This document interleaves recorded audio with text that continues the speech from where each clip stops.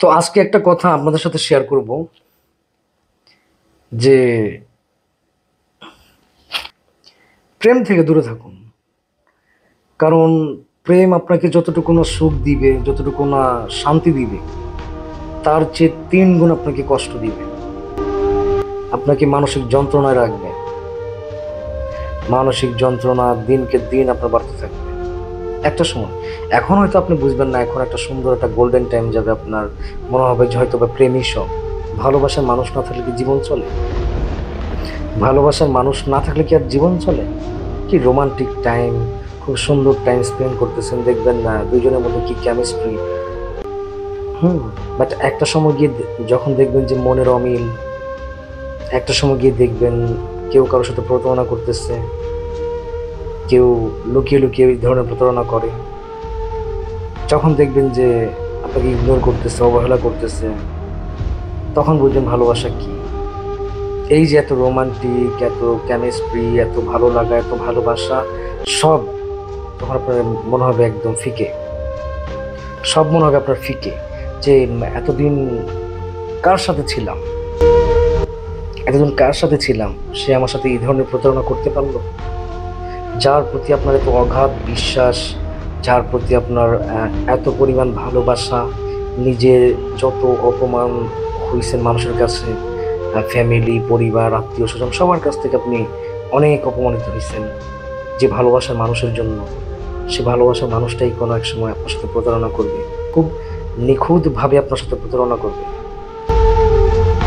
আর আপনি আশ্চর্য হয়ে যাবেন, অবাক হয়ে যাবেন, কি হচ্ছে এগুলি আমার সাথে।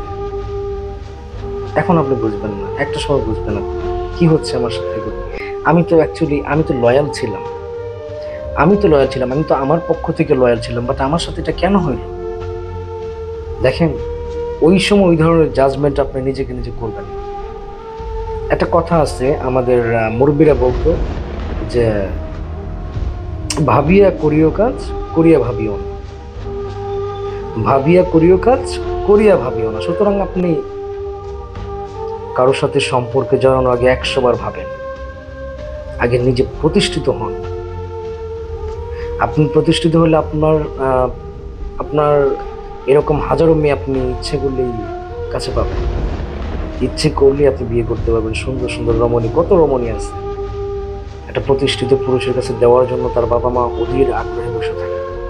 সুতরাং কেন আপনি এখন আপনার যখন সাইন করার টাইম, আপনার যখন স্ট্রাগল করার টাইম, আপনার যখন ক্যারিয়ার গড়ার টাইম, ওই টাইমে আপনি কেন একটা সম্পর্কে জড়িয়ে আপনি দেখা যায় আপনার ফিউচারটা নষ্ট করেন, মেন্টালি সিক হয়ে পড়েন? কেন, কি দরকার? আমরা ইচ্ছা করলে কিন্তু আমাদের ইমোশনটাকে ধরে রাখতে পারি, বাট আমরা ইচ্ছা করি না। আমরা ইমোশনে আমরা ইচ্ছে করি আবেগের বসে গা ভাসায় দিব না, যে কি আর করা, ঠিক আছে একটা সম্পর্ক করি, দেখি কেমন সম্পর্কটা।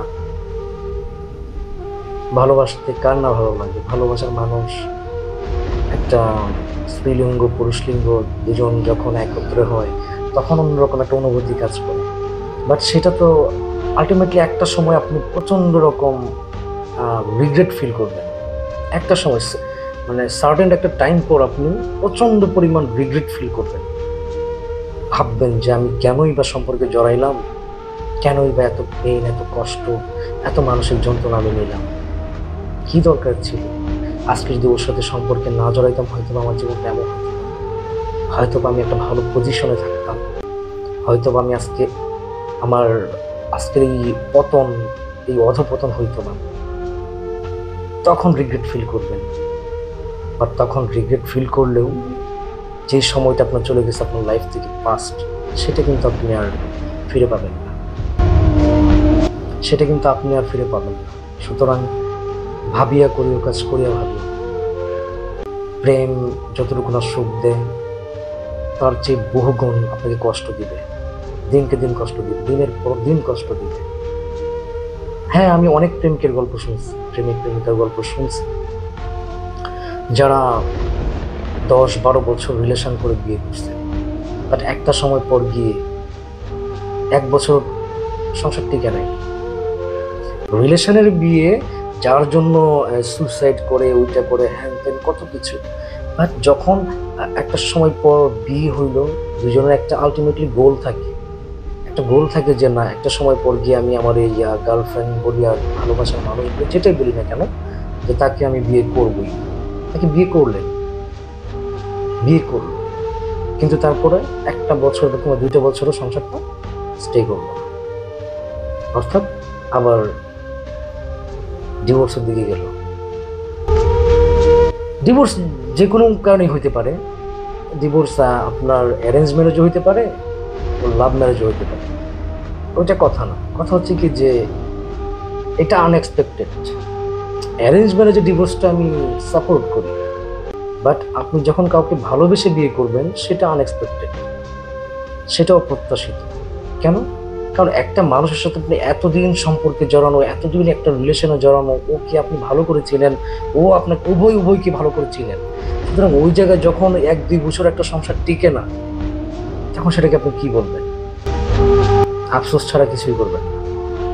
সুতরাং আমি বলি, প্রত্যেকেই বলি যে আসলে আপনারা সম্পর্কে জড়ানো 100 বার ভাবুন, আবারও ভাবুন, ফিউচার গড়ুন, ফিউচারের দিকে আপনার ফোকাস দিন। ইনশাল্লাহ আপনি ভবিষ্যতে আপনি গেইন করবেন, ভবিষ্যতে আপনি সাইন করতে পারবেন। আপনি যদি একটা ভালো ক্যারিয়ার করতে পারেন, আপনার পিছে হাজারো মেয়ে আপনার পিছনে ছুটবে, হাজারো মেয়ে আপনার পিছনে লাইন ধরবে। আমি বললাম, সুতরাং ক্যারিয়ার গড়ে তুলুন, ভালোবাসা না। ভালো থাকবেন সবাই। আসসালামু আলাইকুম।